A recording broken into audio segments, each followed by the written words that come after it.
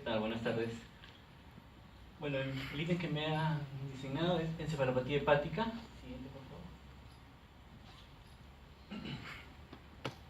Bueno, antes de eso era una breve paréntesis. ¿Cuál es el mejor instrumento que tiene el médico? La silla, ¿no? Siempre hay que recordar esta enseñanza que nos enseñó el doctor Marañón. Sigue, por favor. Como en todos los ítems de la medicina, la anamnesis es lo más importante y la clínica siempre manda, ¿no? Y este es un tema que, a pesar de que el amonio tiene mucho que ver en la fisiopatología de esta enfermedad, para diagnosticar esta patología, el dosar el amonio no nos da el diagnóstico, sino lo que nos da es la clínica, ¿no? Solamente para hacer una introducción, tenemos una mujer de 69 años de edad, ¿no?, que presentaba como antecedentes cirrosis hepática, osteoporosis, fracturas vertebrales y una hernia del hiato. Bueno, ella estaba con tratamiento como omeprazol, atroxatina, calcio, hierro y rifaximina. Lo clásico, ¿no?, en todos los pacientes, porque siempre la visitadora termina convenciendo a los médicos y terminamos dando dosis comerciales incluso y manejamos según lo que nosotros creemos, según la evidencia, ¿no? Pero cuando nos vamos a hacer al esquema gris de las guías y hacemos una revisión en tiempo y lectura crítica, nos encontramos con sorpresas. Bueno, consultó por un cuadro progresivo de 6 meses de evolución con fallos mnésicos, temblor, cierta torpeza al caminar y una exploración física fue normal, salvo con un tinte subictérico y algunas sibilancias aisladas. No existía hepatomegalia. Siguiente. En cuanto a la exploración neurológica, se encontraba bien cognitivamente, con un Minimental de 26/30, a expensas de fallos en la memoria reciente y los pares craneales estaban normales.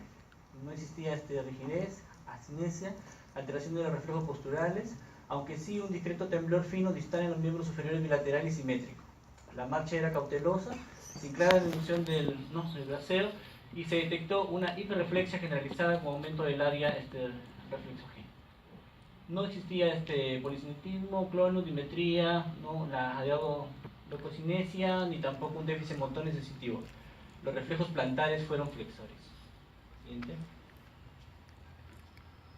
Encontramos esta resonancia magnética en la paciente, ¿no?, el cual solamente nos evidencia pues unas imágenes súper intensas a nivel de globos pálidos y que nos hace pensar solamente en una enfermedad, ¿no?, en encefalopatía hepática crónica, y a descartar un Wilson, ¿no? Cuando se fue a estudiar a la paciente se descartó el Wilson y se asumió con una encefalopatía hepática, ¿no? Es uno de los tantos casos donde usar solamente rifaximina no nos previene o no nos da prevención primaria para encefalopatía hepática, ¿no? Este fue uno de los reportes que motivó un ensayo clínico ya en el 2007, y fue la causa de por qué nosotros debemos hacer el tratamiento de una manera más estricta, ¿no? No basada en lo que nosotros creemos, ¿no? Por ejemplo, todo el mundo tenemos la costumbre de usar lactulosa 30 cc cada 8 horas, o algunos lactulosas 25 cc cada 8 horas, y eso no es lo que está indicado, ¿no? Si no, hemos confundido las indicaciones. Siguiente. Bueno, una identificación semiológica rapidita de lo que es la encefalopatía hepática, las pérdidas diagnósticas terapéuticas y comunicar y trabajar en equipo, que es la clave, ¿no? Sigue. Bueno, el último estudio de esta guía, que es la guía más importante, la unión de las dos asociaciones más importantes en el mundo, la americana y la europea, en el 2014 nos plantearon la siguiente definición de encefalopatía hepática: no es una disfunción neurológica causada por la disfunción hepática o shunt portosistémico, ¿no?, que comprende desde espectros más simples e incluso hasta el coma, ¿no? Siguiente. Si recordamos la fisiopatología, las causas pueden ser muchas, ¿no? El aumento del amonio está determinado, aunque, como les decía, es la clave en el tratamiento, ¿no? Es más, por ejemplo, el fármaco que más ayuda a disminuir el amonio es rifaximina, pero no es el que tiene mayor supervivencia, sino al contrario, ¿no? No sabemos por qué, pero la hiperaminemia es la clave en este fenómeno. Pero también hay otras cosas, ¿no? Hay aminoácidos aromáticos que se elevan, ¿no? Hay una alteración en el GABA también, y hay una acumulación de ciertas sustancias que también están siendo escritas y que son las causas realmente de que las imágenes se marquen, ¿no? Como en nuestro caso anterior. Bien, nosotros ya sabemos que pueden ser dentro de un contexto de un paciente que lleva una encefalopatía hepática, necesariamente no es un cirrótico, puede ser también un paciente que no es cirrótico, que tiene una falla hepática aguda fulminante, ¿no? O a un paciente que tiene un shunt portosistémico, ¿no? Que puede llegar también a este fenómeno, ¿no? Siguiente.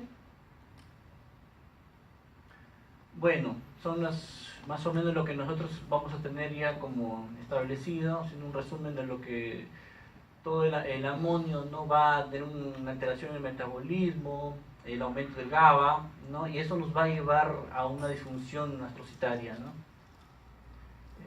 Siguiente. Bueno, la epidemiología, debemos recordar para esto las características clínicas y cómo están dados según sus características clínicas, ¿no? Es una manifestación hepática descompensada, está entre el 30 y 40% de caída de cirrosis en algún momento de la historia natural, ¿no? Hay un estudio publicado ya en el 97 donde decía que los pacientes que tenían encefalopatía hepática pasaban de una mortalidad en un fondo cirrótico del 20% a un 90%.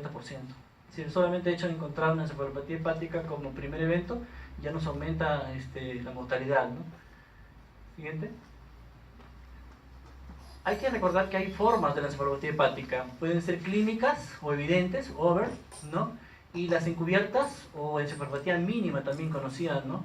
Por ejemplo, a nadie se le hace un test para ver si tiene una encefalopatía mínima, ¿no? Para darle una licencia de conducir.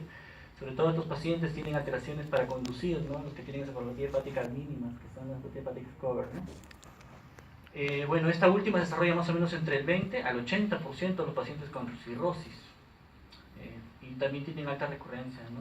Siguiente. Las manifestaciones clínicas podemos ver desde lo más sencillo, ¿no? Hasta lo más complejo, y ahí viene la pericia del médico para saber detectar la clínica de nuestro paciente, ¿no? Lo primero que nosotros debemos plantear antes de pensar en salud hepática, debemos plantear los estigmas hepáticos en todo paciente, ¿no? Evaluar todos los estigmas hepáticos ya que la ENES nos enseñó, ¿no? En 1854. De ahí nosotros más o menos vamos a plantear todo lo que es la clínica para encefalopatía hepática y veremos si es un contexto cirrótico o no es un contexto cirrótico, ¿no? Evaluaremos la historia clínica, si usó o no usó fármacos, etcétera, o hepatotóxicos, ¿no? Los cuales pueden llegar a eso, un fondo de una cirugía, ¿no? De un shunt portosistémico, etcétera, ¿no? Lo que nos va a hacer pensar en este diagnóstico. Recordar también que el paciente puede llegar con clínica de encefalopatía hepática, puede ser consecuencia de, o también puede ser causa de, ¿no? Consecuencia de, por ejemplo, puede ser que el paciente esté cirrótico y está debutando con una encefalopatía hepática porque tiene una infección, ¿no? Dentro de ello la infección que más los asesina, que es la peritonitis bacteriana espontánea, ¿no? Y lo que los pacientes no van a pensar dolor abdominal, sino van a venir encefalopáticos, o cualquier infección dentro de ellas, o el uso de fármacos que los ha desequilibrado, ¿no? Y es lo que nosotros debemos plantear. Y ahí recordamos pues lo que nos dicen nuestros médicos de antaño, nos decían paciente cirrótico con fiebre es una emergencia, ¿no? Peor, si el paciente cirrótico encefalopático también, ¿no? Desde sobre todo grado 2 para arriba, hay que tenerlo en cuenta. Siguiente. La alteración del ciclo sueño-vigilia es característico en estos pacientes, ¿no? Ellos lo van a decir. La desorientación, sobre todo lo primero que va a hacer es en tiempo y luego ya va a ser en espacio, ¿no? Lo primero que va a alterarse va a ser siempre la alteración en el tiempo, ¿no? El estado confusional, la agitación, ¿no? Y el estupor y finalmente el coma. ¿Sigue? Bueno, estos sus signos vamos a encontrar ya diversas formas cuando ya nosotros tenemos un signo de Babinski, ¿no? En el paciente no comatoso, pero cuando ya el paciente desarrolla el estado de coma, el Babinski aparentemente desaparece, no se sabe por qué, pero es algo que nos dan los libros de semiología, ¿no? Siguiente. Esta es una de las imágenes más notorias de estos pacientes, cómo lo vamos a encontrar, la forma. La anamnesis es vital para poder direccionar el examen físico, ¿no? Si nosotros no tenemos si nuestra silla no funciona, ¿no? Nosotros lo que vamos a hacer tenemos más de 6.000 signos, no vamos a poder hacer los 6.000 signos con todos los pacientes. Entonces tendremos que direccionar nuestro examen físico a un fondo hepático y tendremos que aplicar todas las maniobras hepáticas para buscar los signos que nos sirvan y que nos rindan, que sean de alto rendimiento en el paciente, ¿no? Y eso nos va a direccionar a la anamnesis. Y iremos ya direccionando a ver si tiene o no tiene, ¿no? Asterixis, etcétera, ¿no? Y ver si no es otra cosa, por ejemplo, meningitis o una infección o una hemorragia. Acordémonos que los pacientes con cirrosis tienen 5 veces más riesgo de hacer ácido hemorrágico que cualquier paciente de la población general. Entonces ellos pueden tener más probabilidades de hacer una hemorragia intracerebral, ¿no? También no solo pensar que todo es encefalopatía hepática, también podemos encontrar otras causas, entonces estamos pensando que es encefalopatía hepática y terminamos dando la actulosa y el faximina a un paciente con ácido hemorrágico. Bien, siguiente. Bueno, los signos extrapiramidales también, que lo narra la guía, que hay que buscarlo, ¿no? Siguiente.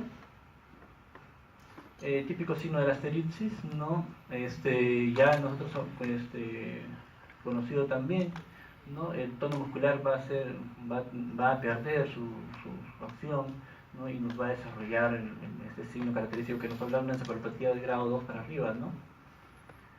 Siguiente. Bueno, desde ahí también lo que nosotros debemos ver es buscar la semiología del diagnóstico diferencial que estábamos viendo, ¿no? ¿Sigue?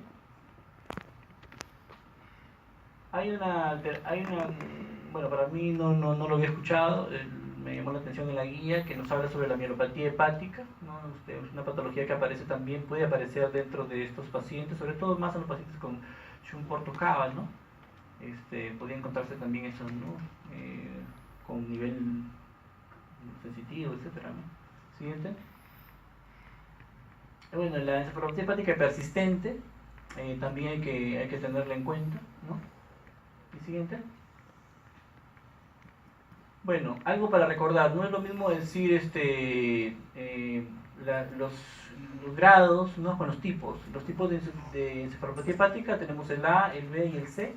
El A se encuentra en la falla hepática huevo fulminante, ¿no? Los B asociados a los shunt portosistémicos, los 2PAS, y el C es el típico post-cirrosis, ¿no? Que podemos encontrar, ¿no? Nosotros la mayoría de veces solamente nos preocupamos por el tipo 1, ¿no? Por el tipo C, perdón, pero también podemos encontrar un contexto tipo A, ¿no? Una falla hepática fulminante, un contexto de una sepsis o no sé, otro tipo de contextos, ¿no? Hay reportes de hepatitis B, por ejemplo, que debutan pacientes así, etcétera, asociados a fármacos, etcétera. Siguiente. Dentro de las características podemos ver nosotros los cover o los que no tienen una semiología, ¿no?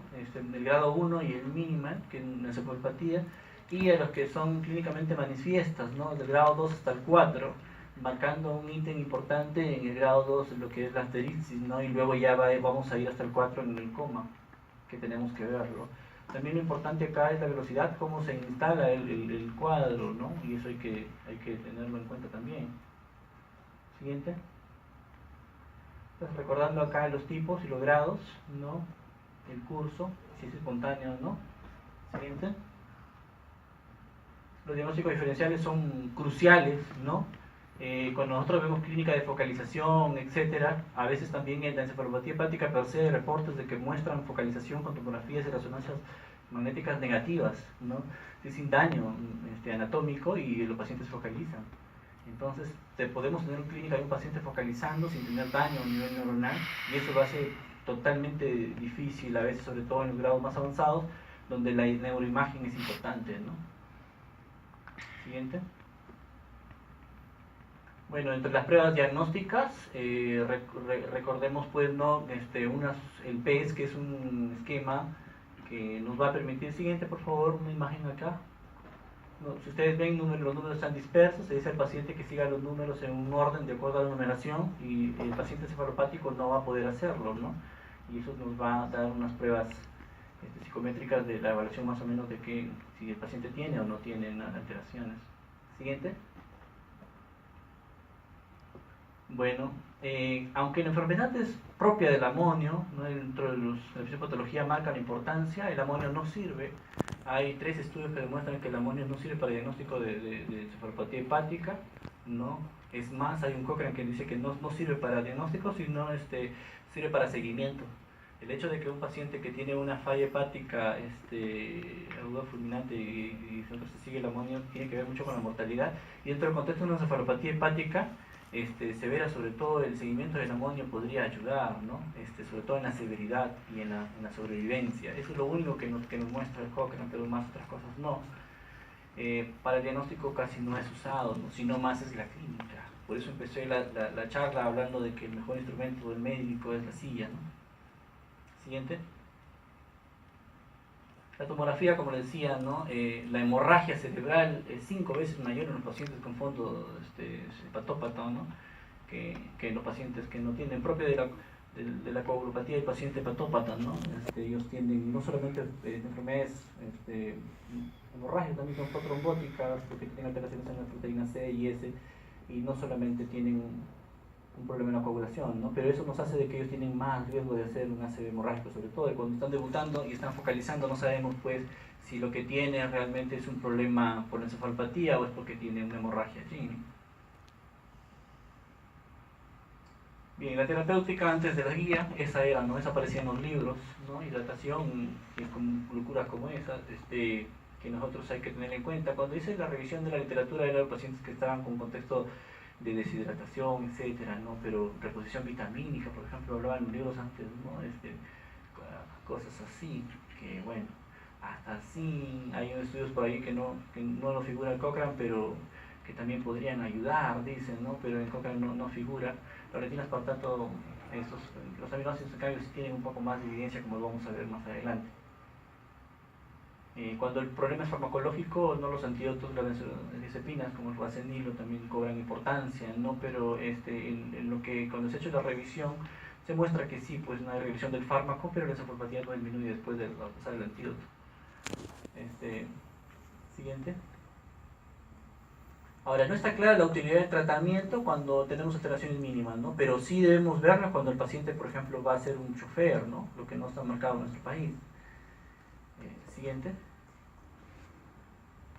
Bueno, hay que recordar que una cosa es profilaxis primaria y otra cosa es profilaxis secundaria, ¿no? Los estudios en profilaxis primaria se cayeron, como lo vamos a ver más adelante, no se recomiendan, ¿no? Pero cuando tenemos profilaxis secundaria hay nivel de evidencia, un grado de recomendación 1, ¿no? El usar profilaxis secundaria, ¿no? Lo mejor es usar los dos, no usar ni uno ni el otro, ¿no? Estamos hablando de lactulosa, ¿no? Versus racimina. Aunque ahora ya hay otros estudios también que nos pueden ayudar, ¿no? En la parte ya recurrente, asociado a falla hepática, es indicación de trasplante hepático, ¿no? Ya cuando estamos en más grado de severidad, ¿no? La diálisis hepática, que se plantea también en otros, pero la realidad no dan a trasplante, ¿no? Siguiente.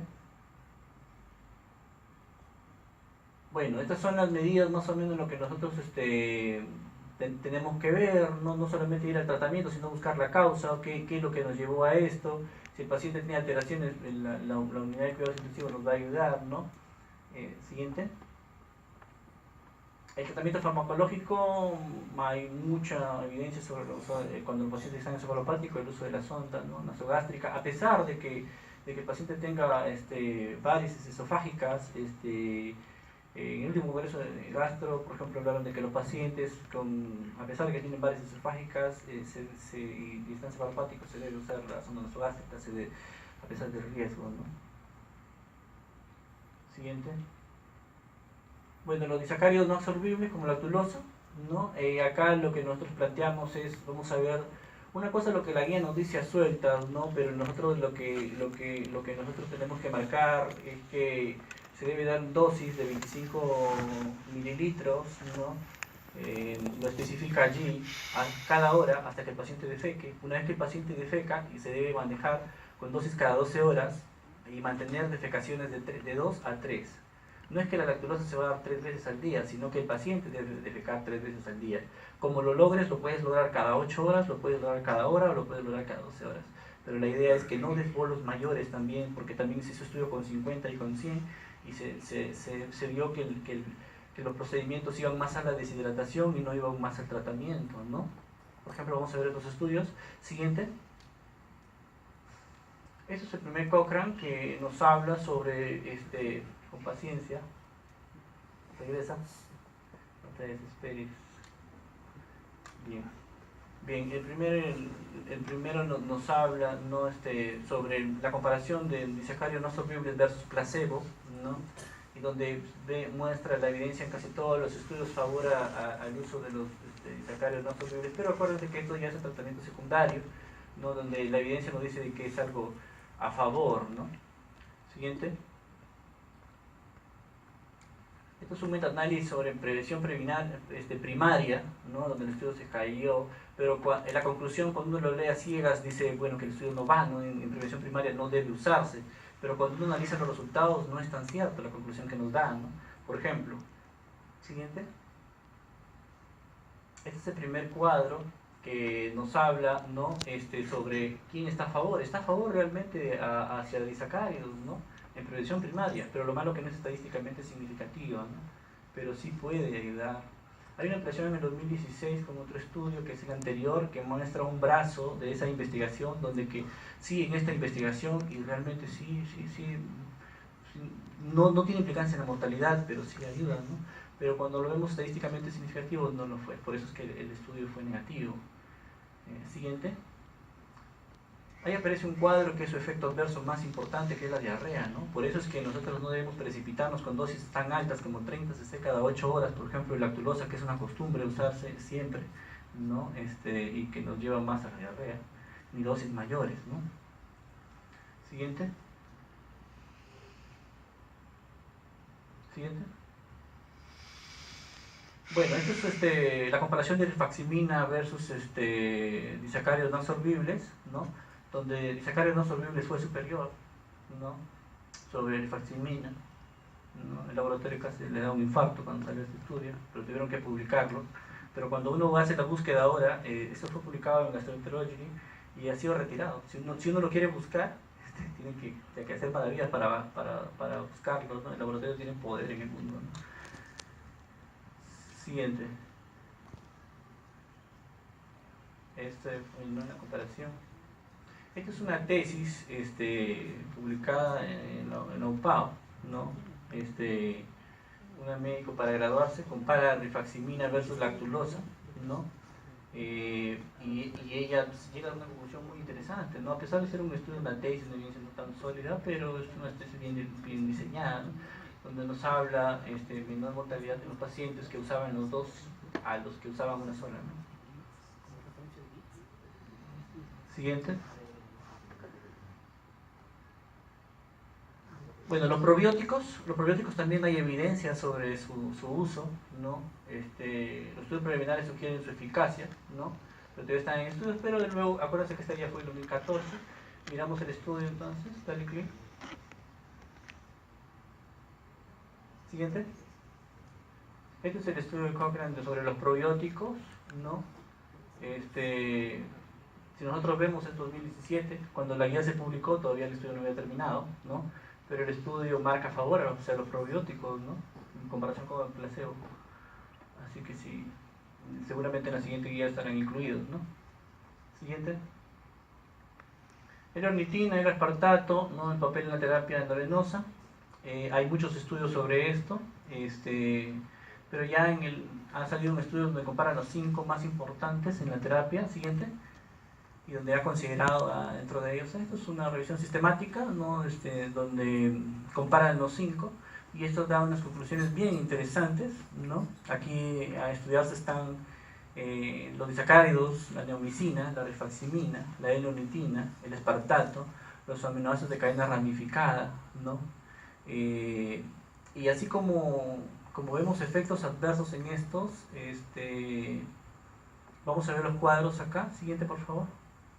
¿No? Ese es el seguimiento de cada uno de ellos. Hay otro cuadro que nos ayuda un poco, que es un poco más entendible. Dentro de uno es la clínica, que dentro de cómo están yendo, cuáles son sus efectos, etcétera. Y hay unas conclusiones muy interesantes, ¿no? Cuando compara los cinco más importantes en tratamiento. Siguiente. ¿Vale? El tratamiento con L-ornitina y aspartato puede mostrar una tendencia de superioridad en eficacia, ¿no? Clínica entre las intervenciones estándar, es decir, sobre rifaximina sobre lactulosa, ¿no? Ahora, la rifaximirina muestra mayor reducción de la concentración de amoníaco en la sangre, pero nosotros miramos la clínica, no hay relación entre bajar el amonio y mejorar la clínica, ¿no? Y sobre todo la mortalidad también. Ahora, en el tratamiento con neomicina demuestra una mayor probabilidad en los casos de efectos adversos. Lo mismo que pasó con metronidazol, ¿no? Nosotros tenemos una fe de metronidazol y lo usamos, ¿no? Porque es lo que tenemos. Y metronidazol, a pesar de ser eficaz, ha demostrado que sus efectos adversos son bastante fuertes, ¿no? Lo mismo está pasando con la neomicina. Siguiente. Entonces, eso es justamente lo que estábamos conversando sobre metronidazol, ¿no? Siguiente. Entonces, ¿qué terapia utilizar, no? La guía recomienda entonces utilizar lactulosa como primera línea de tratamiento. Por favor, retrocede. Okay. Adicionar rifaximina para prevenir la recurrencia, es lo que debemos hacer. Entonces estamos hablando ya de tratamiento secundario, lo que se debe plantear, ¿no? Ahora, si tenemos un paciente que tiene una cirrosis muy avanzada con ascitis, por ejemplo, ese paciente se debe plantear tratamiento primario. Hay un medicine publicado en el 2015 sobre nos habla que los pacientes que tienen cirrosis hepáticas ya tienen ascitis y tienen encefalopatía o tienen hipertensión portal, la probabilidad de que se complique el paciente es alta, ¿no? Pues ahí yo podría ser ya mi prevención, sobre todo en ellos, ¿no? Pero en los pacientes que no tienen complicaciones, la evidencia no nos ayuda, ¿no? Pero en el tratamiento secundario se debe dar los dos fármacos, ¿no? Es decir, la clave no es llenar al paciente de lactulosa, la clave es que el paciente defeque 2 o 3 veces al día. Si nos lo logramos con una dosis a la semana, la lactulosa es suficiente. No es necesario darle todos los días. Si es que el paciente no tiene el ritmo defecatorio como debe ser, debemos aumentar la dosis, etc. Es un arte de la medicina, ¿no? Siguiente. La nutrición es interesante, ¿no? El mito, es el mito, un mito que al paciente hay que darle dietas hipoproteicas, cayó, ¿no? En la guía, basado en estudios aquí, que el paciente no se moría tanto por la encefalopatía, se moría más por la desnutrición.